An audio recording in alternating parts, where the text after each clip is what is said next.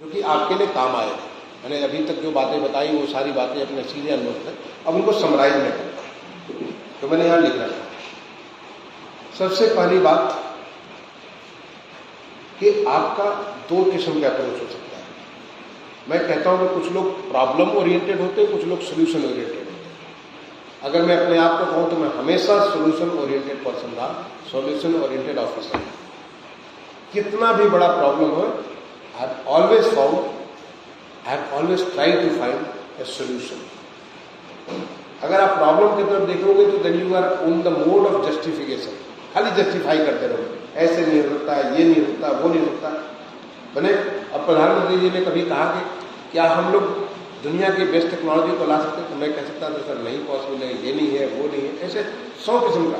लेकिन मैं उसमें एक चुनौती दिया और कर दी संभव। ग्लोबल हाउसिंग टेक्नोलॉजी चैलेंज, उसी माननीय प्रधानमंत्री जी से मैंने 1 साल के भीतर उसका उद्घाटन करवाया और दुनिया भर के 57 देशों के कंट्रीज के जो बेस्ट टेक्नोलॉजी थे हमारे देश में और 6 हमारे अडॉप्ट हो गए। तो I think you must have a solution approach. दूसरा, I think technology should be your, ये मत सोचिए कि मैं आर्ट साइड के स्टूडेंट हूँ, मैंने एग्रीकल्चर, मैंने हिस्ट्री पढ़ा और ज्योग्राफी पढ़ा तो मुझे टेक्नोलॉजी नहीं आता। टेक्नोलॉजी आपको चाहिए नहीं करने के लिए, you I am not asking you to go for a hardware. Engineer है, अगर नहीं कोई बात नहीं, आपको जो इंजीनियर नहीं है मैं कहूँगा उनको भी just be with the technology. आज जैसे कि आज की डेट में इंटरनेट ऑफ थिंग्स क्या है, बिग डाटा क्या है, आज की डेट में ड्रोन टेक्नोलॉजी क्या है, आर्टिफिशियल इंटेलिजेंस क्या है, कैसे हम लोग प्रयोग कर सकते हैं, कहाँ प्रयोग कर सकते हैं। Unless you know that where you can use and how you can use, you cannot employ that. आपके सामने बहुत सारे टूल्स पड़े हुए, जब तक मालूम नहीं कि पेचकस से क्या काम होगा और इसके स्क्रू से क्या काम होगा, आपके सीजर से क्या काम होगा, वो सब सारी की सारी चीज आपके बेकार है। You must know this and not at a surface level, the depth. तो पढ़ने की आदत डालिए। मैं कहूंगा I have been a learner all 40 years. I have never ceased to become a learner. In fact, every day हमेशा मैं देखता हूं कि मैंने अपने आप को कहाँ अपडेट किया है। और I have been a very serious observer. कहीं भी मैं जाता हूं दुनिया में, देखता हूं चीजों को, ऐसे ये चीजें, ओह क्या ये हमारे यहाँ होता है, कब हो सकता है। ऐसे मैं आपको सैकड़ों एग्जाम्पल दे सकता हूं कि मैं यहां देखा और यहां मैंने कर दिया, सैकड़ों एग्जाम्पल में दे सकता हूं। तो be observer and be learner, never feel that end of my learning. जिस दिन आप लगेगा एंड ऑफ द लर्निंग तो आप सीधा सीधा ठूठ बन जाओगे। लेट मी टेल यू, पेड़ में ठूठ बन जाता, पत्ते नहीं आते। और ऐसे बहुत ठूठों को मैं देखता रहता हूँ, बहुत ठूठों को देखता हूँ, और उनमें पत्ते नहीं आते, हरियाली नहीं आती, तो फूल आते हैं, फल आते। If you want to grow then be learning, be in the learning. मैं हमेशा सीखता था। तीसरा ये ease of living and ease of doing business, ये आप इसको मंत्र बना लीजिए। जो काम करें, कैसे हम अपने लोगों की जिंदगी को आसान कर दें, जिससे वो ज्यादा कर सकें। We have got the power. और इसके लिए प्रधानमंत्री जी ने एक मंत्र दिया है, उसको कहते हैं रिफॉर्म, परफॉर्म एंड ट्रांसफॉर्म। ये केवल 3 शब्द नहीं है। अगर आप कभी कहोगे तो फिर मैं पूरे 2 घंटे में लेक्चर दे सकता हूं कि अपने अनुभव से मैंने कहाँ रिफॉर्म किया, कैसे परफॉर्म किया और कैसे वो ट्रांसफॉर्म किया। इतने सारे मैं एग्जाम्पल दे सकता हूं। Make that is the mantra, reform, perform and transform. And another mantra, skill, speed and scale. अगर आपको कुछ करना है तो खाली स्किल करो। Don't think that everybody knows. हम लोग बड़ा IAS अफसर लोग या पीसी अफसर लोग समझते हैं सबको दुनिया का सब कुछ मालूम है। सबसे पहले तो खुद कंफ्यूजन होता है कि हमको सब मालूम है, खुद नहीं मालूम होता। इस कंफ्यूजन में मत रहिए कि हमको सब कुछ मालूम है। पहले स्किल करिए, पहले सीखिए, उसको स्पीड करिए, तेजी से करने का कोशिश करिए एंड स्केल अप करिए, because we are dealing with big numbers. और वो बिग नंबर्स को डील करने के लिए टेक्नोलॉजी का प्रयोग जरूरत हो। 5वीं चीज, citizen centric approach.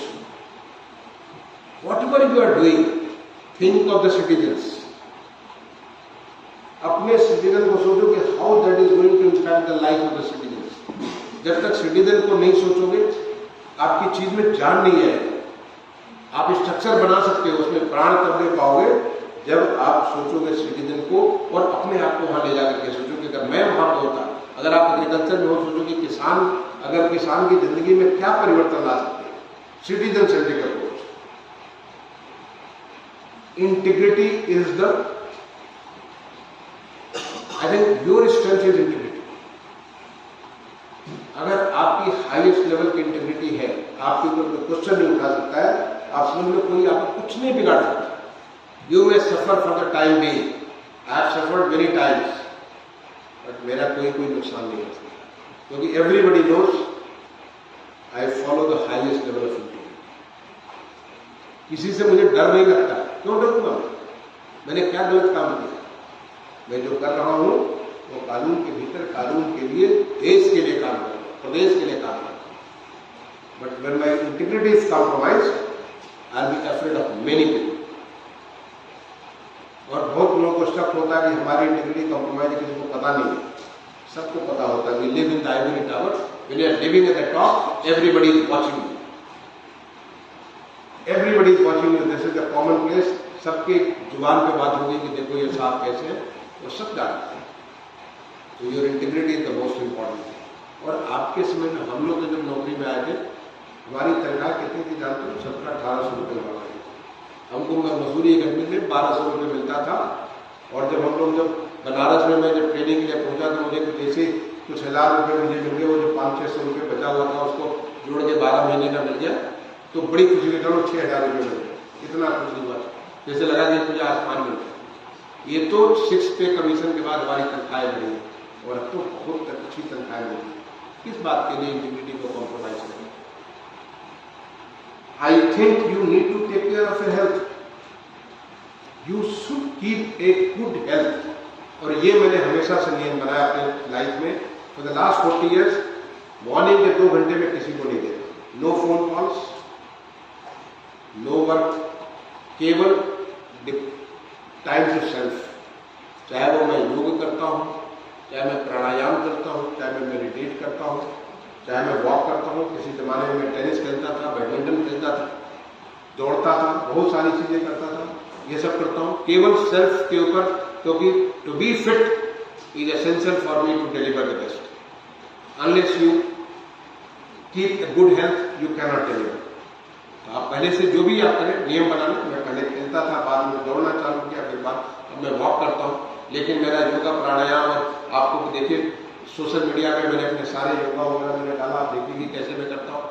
As a part of my life meditate करता हूँ। बहुत सारी चीजें, मुझे बहुत चीजें समझ में आने लग जाता है। I think don't ignore the family. आपकी फैमिली, आपके बच्चे, आपकी पत्नी, आपके पति, they are the one, they are going to be, you are going to be the last. Last आपके उन्हीं के ऊपर आपको निर्भर रहेगा। उनसे सब कुछ शेयर करते हैं। आज मेरी बेटी आई, आज करीब 12 बजे मेरी बेटी पीछे बैठी, आज मेरी बेटी आई 12 बजे, जैसे लगा मेरी दुनिया आ गई। That is the kind of thing she brought the world for me, such so much of Joy for me, and she has not told me. वो आ गई, जस्ट मैं घर पहुंचा, मैं कहीं गया, मतलब आया, देखा बेटी को, लगा देखे क्या बात है। So you need to take care of your family. कितना समय दे सकते हो, कैसे समय दे सकते हो, you have to divide your days. ऐसा मैंने बहुत सारे लोगों को देखा है, फैमिली में ब्रेकेज हो जाता है, बच्चे इधर उधर डिस्टर्ब हो जाते हैं, तब आप अपने आप को दोष छोड़ने लग जाते हो, कहते हो कि हमें क्या हुआ, प्रशासन में हमको क्या मिला सही सच्ची, और कुछ मिला। यू नीड टू, समय को सही से तरीके से आपको प्लान करना पड़ेगा। How, where, when, you need to plan that. You need to be proactive. Proactive का मतलब you need to think ahead of others. अगर आपके जिले में हर साल डेंगू का बीमारी आती है, आपको पहले से अगर पता है, तो आप पूरी तैयारी करें कि डेंगू ना आने पाए। मुझे बताने की जरूरत नहीं है। या कोई कैलेमिटी आपके यहाँ बड़ा यूजुअल कैलेमिटी है, आपके आग लगने की घटना है, आपके बिजली की घटना है, आप क्या कर सकते हो? बाढ़ आती है, क्या कर सकते हो? कैसे तैयारी कर सकते हो? Don't react, be proactive. पहले से सोचो। भगवान ने बहुत आपको, आप एक IAS ऑफिसर बने हो, आप हजारों बच्चों को छोड़ करके बने हो, और ये मान के चलो, ये मत सोचो कि बहुत बड़ी चीज मिल गई आपको। ये केवल भगवान की इच्छा है जिसकी वजह से आपको मिला। मैं तो यही मानता हूँ, मैं तो मानता हूँ मैं चीफ सेक्रेटरी, मैं अपने मन से नहीं, मेरी ताकत नहीं थी बनने की, भगवान की इच्छा थी कि इसलिए मैं चीफ सेक्रेटरी बना। भगवान की इच्छा थी कि मैं IAS में आया, भगवान की इच्छा थी कि मैं भारत सरकार में, वो सब ईश्वर की कृपा है और कुछ नहीं। सारा वही उसको, उसने हमारे लिए जो जिम्मेदारी ला रखी, मैं उसके अधीन काम करता हूँ, इसलिए उसको समर्पित करके काम करता हूँ। इसलिए मन में गुमान को भी मत लाना कि मैं IAS ऑफिसर बन गया। उस परम सत्ता को याद करके करो कि उसने तुम्हें ऐसा ताकत दी है, और उस ताकत की वजह से आप दूसरों के लिए क्या कर सकते हो, सोचो कैसे आप प्रोएक्टिव हो सकते हो। लॉ एंड ऑर्डर के बारे में ये तो हमारे यहाँ गोली लगी, हमारे अधिकारी मर गए, गोली लगने से मर गए। Proactive, when you think ahead you will be able to be, you will be much more successful. Be fearless. You should fear from your vices and from nobody else. क्योंकि आपको कौन प्रोटेक्ट करता है? आपको कॉन्स्टिट्यूशन प्रोटेक्ट करता है, आपको परम सत्ता हमेशा प्रोटेक्ट करती है। अगर आप सही रहोगे, कहीं कोई आपके ऊपर नहीं उंगली उठा सकता। बी फियरलेस, डरो मत कि मैं कर दूंगा तो क्या हो जाएगा, कुछ नहीं होगा। आपका एज लॉन्ग एज आपकी नीयत साफ है, आपकी ईमानदारी और निष्ठा सही है, आप ये सोच करके कर रहे हो कि दूसरों के भले के लिए कर रहे हो, गलती भी होगी तो माफ हो जाएगी। हो सकता है थोड़ी कष्ट हो जाए, कभी कभी ऐसी स्थिति आती है, मुझे भी ऐसी स्थिति आई, लेकिन कोई नहीं, सब खत्म हो जाता है, क्योंकि आपकी अगर निष्ठा सही है, कोई कुछ नहीं आपको कर सकता। Be fearless. जो लोग डरते हैं वो कुछ नहीं कर पाते। डरने से आप कुछ नहीं कर सकते हो, निर्णय नहीं लेते हो, सोचते हो कि चलो कोई बात नहीं, दूसरा करेगा। नहीं, टेक डिसीजन, बी डिसाइसिव।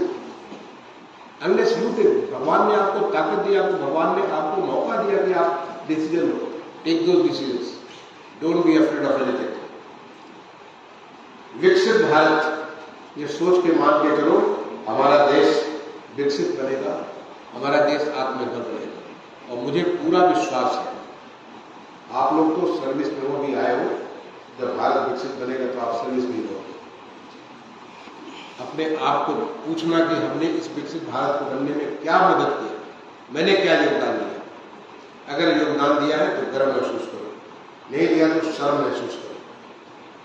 अभी आपके पास मौका है, आप सोच सकते हो कि मैंने ये करूंगा, हमारा देश विकसित बनेगा। विकसित तो बनना ही बनना, ये मान के चलो, इसमें मुझे कोई शक नहीं है।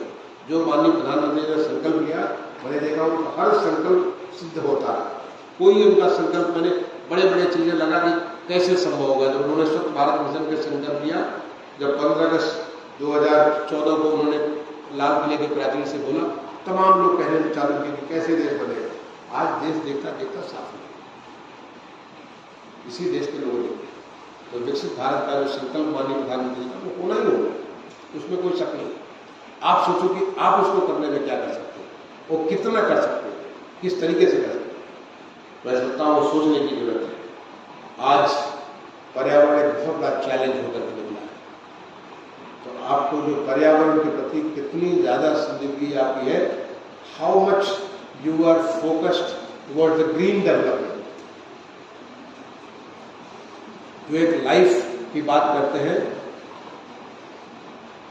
लाइफ फॉर इन्वायरमेंट, इन्वायरमेंट के कैसे हम लोग करीब कर सकते हैं, कैसे वाटर को कंजर्व कर सकते हैं, कैसे रिसोर्सेज को बचा सकते हैं, कैसे हम ट्री प्लांटेशन कर सकते हैं, क्या हम कंजर्वेशन के लिए कर सकते हैं, बहुत कुछ, कैसे रिसोर्सेज को कम रिड्यूस कर सकते हैं।